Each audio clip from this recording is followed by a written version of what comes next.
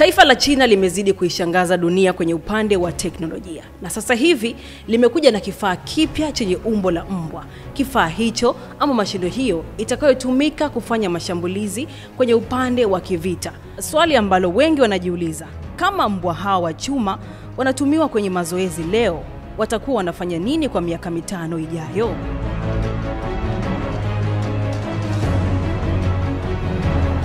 Roboti hawa wenye uzito wa takriban kilogramu 70 na zina uwezo wa kubeba mizigo hadi kilogramu 20, ambayo inaweza kuwa risasi, vifaa vya mawasiliano na hata vifaa vya matibabu. Roboti hawa wana uwezo wa kusensi ama kubaini ndani ya vikwazo pale ambapo adui anapatikana, lakini pia zina uwezo wa kuendelea kufanya kazi ndani ya masaa mawili. Ingawa robot wolves ni zenye uwezo mkubwa, wachambuzi wanabaini kuwa zina udhaifu pia.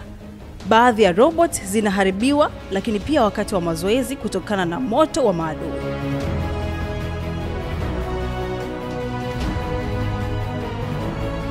Matumizi ya roboti hizi ni sehemu ya mabadiliko ya kina ya kijeshi kwa nchini China, si tu kwa kuongezeka kwa silaha, bali kuunda njia mpya za kuendesha vita ambazo ni mchanganyiko wa wanadamu na mashine. Mashine hizi za robot wolves zina uwezo wa kugeuza mkakati wa uvamizi wa pwani, zina uwezo wa kuongoza mashambulio, kupokea moto wa maadui, kuondoa vikwazo na hata kusaidia wanajeshi wa kibinadamu baadaye kuingia salama. Kuna hatari ya udhaifu kama vile roboti kuharibiwa. Hivyo China inatumia roboti hizi kama sehemu ya mchezo wa mchanganyiko, wanajeshi wa kawaida na roboti hawa wa mashine.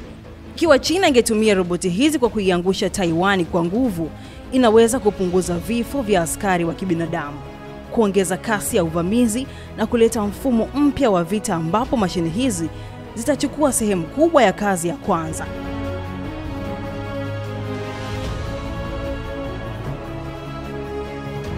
Lakini pia hii ni sehemu ya maonyo ya Beijing dhidi ya Taiwan. 中方必将迎头痛击。我们正告日方，必须深刻反省历史罪责，立即停止干涉中国内政、挑衅越线的错误言行，不要在台湾问题上玩火。玩火者 kuonesha kuwa China sio tu ina vikosi vya kawaida, bali pia ina mashine za kisasa na za kivita ambazo zinaweza kutumia kama vichocheo vya uharibifu mkubwa.